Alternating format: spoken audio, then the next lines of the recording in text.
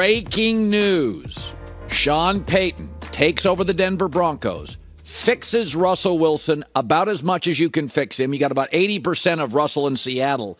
He has now been benched. Russell Wilson for the final 2 games. Why? Here's why.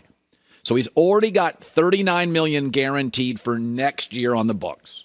He would get an additional $37 million, Russell would, if he can't pass a physical in early March. So they're taking him out of games. They're going to play Jarrett Stidham.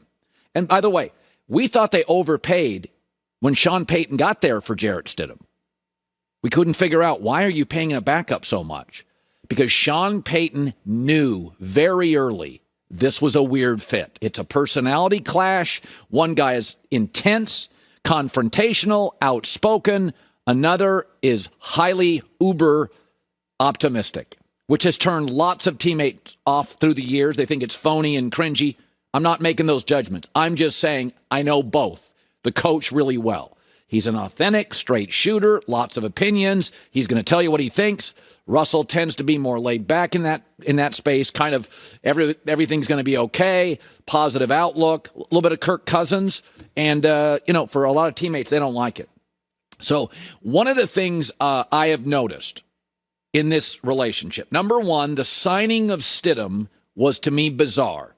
But that told me Sean Payton had seen enough, discussed enough, and knew this was a problematic relationship.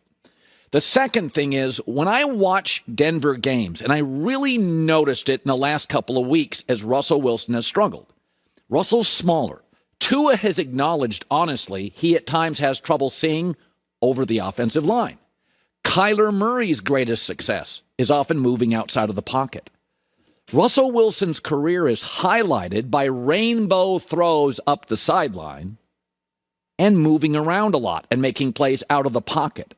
But if you watch Russell Wilson in the pocket, it is something I would argue that he struggles to see downfield between the hash marks. I saw it again this weekend. Denver's got very few 20, 25-yard completions, and they have Cortland Sutton, and they have Jerry Jeudy. Those are fast guys that can get open. They have very few middle-of-the-field completions. It's sideline stuff, Russell escaping the pocket and going it deep.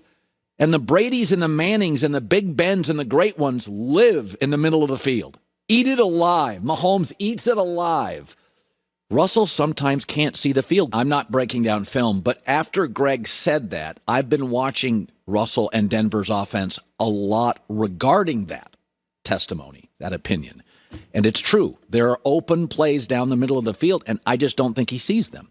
If he was 6'5", I'd be concerned that he's afraid to get hit. At his size, some of it's the average offensive lineman, 6'6". Tackle 6'7". Some of it's that. Tua has acknowledged sometimes I struggle seeing down the field. That's why in Miami's offense, get rid of the ball quickly, off into the flat, quick completions, don't have to sit in a muddy pocket. So now the question becomes, where does Russell go? Because clearly Denver's going to move off Russ. My take is keep your eye on Tennessee and Washington. So, remember, first-round quarterbacks are less than a 50-50 hit rate. First round. And, you have a new owner in Washington. Russell Wilson's from around that area. He would be the best quarterback they've had in a while. He's a dynamic playmaker.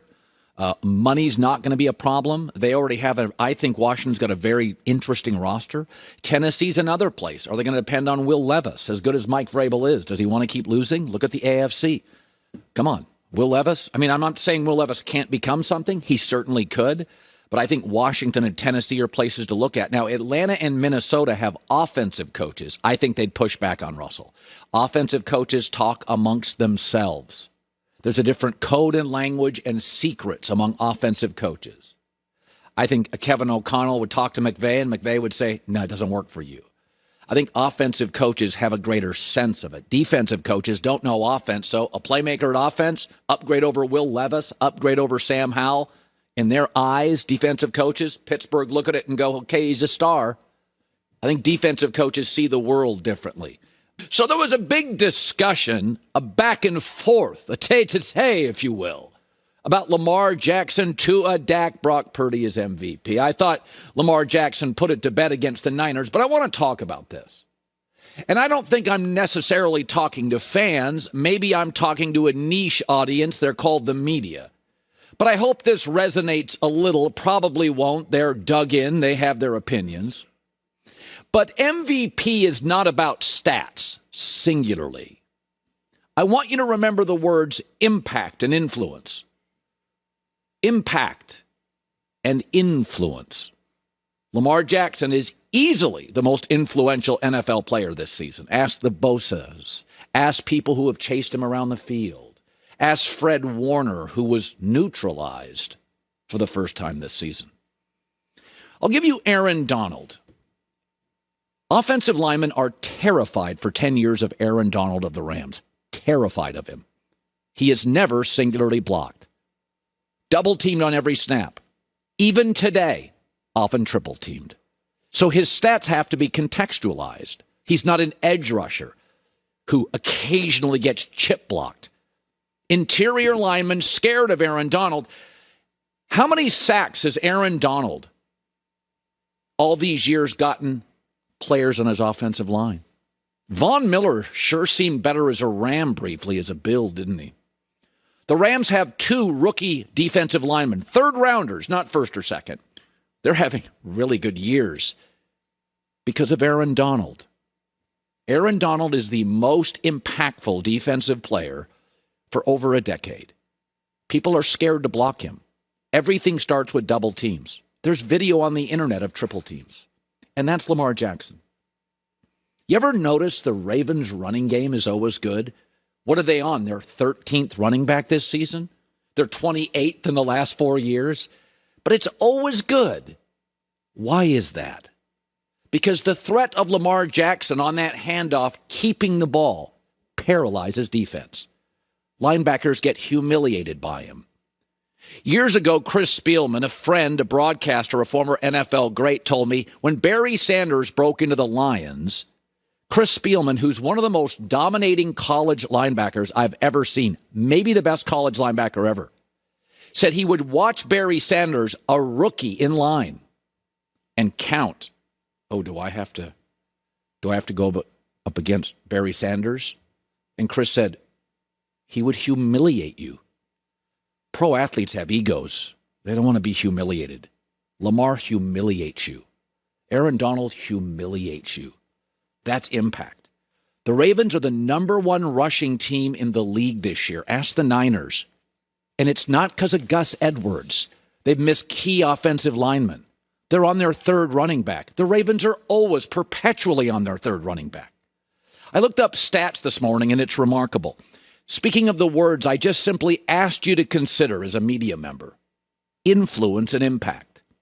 Lamar Jackson's impact on the Ravens since 2019. When he plays, they win 52 of 72 games, and they average 28 points. In the AFC, in that division, with the Steelers' defense, the Browns' defense, and pretty good defensive players. Myles Garrett's been around a while. T.J. Watt been around a while. Averages 28 a game. When he does not play, they're a BB gun. 17 points a game and a losing franchise, 4-9. I'll remind you, Dak Prescott and the Cowboys, Dak got hurt. They went 5-1 with Cooper Rush. 4-1, 5-1. They won. That's not how it works in Baltimore. Tua, 1 win this year against the winning team. 9 of Lamar's 11 wins are against winning teams. Brock Purdy, let me use the word influence again. Jimmy Garoppolo got to a Super Bowl, and Brock Purdy got to an NFC championship. The influence in San Francisco, bruh, it's the coach, not the quarterback. Stop telling me about stats. Lamar's are good, but it's his impact and his influence and the fact that he paralyzes Fred Warner. Great linebackers are neutralized. Fred Warner dominates games every Sunday. One of the best linebackers I've ever seen. Urlacher, Ray Lewis, Fred Warner. He plays Lamar. He looked kind of pedestrian. That's what great does. That's what LeBron does to KD. It's what Michael Jordan did to great players. They looked average. MVP stats and production need to be considered. But influence and impact are even more important. And the Ravens collapse with John Harbaugh as a coach. With good defenses, excellent front offices, great ownership. They collapse without Lamar. The Cowboys win with Cooper Rush. Niners, Garoppolo, Purdy, and win games. I'm not anti anybody, but I am pro Lamar Jackson. Watch the games. All those Hall of Famers on the field. Lamar was easily the most impactful player. Easily. Hi, everybody. Thanks for watching. Subscribe here to get the latest from the show. Also, be sure to check out more of the best clips from The Herd or go watch a few segments from other shows on FS1.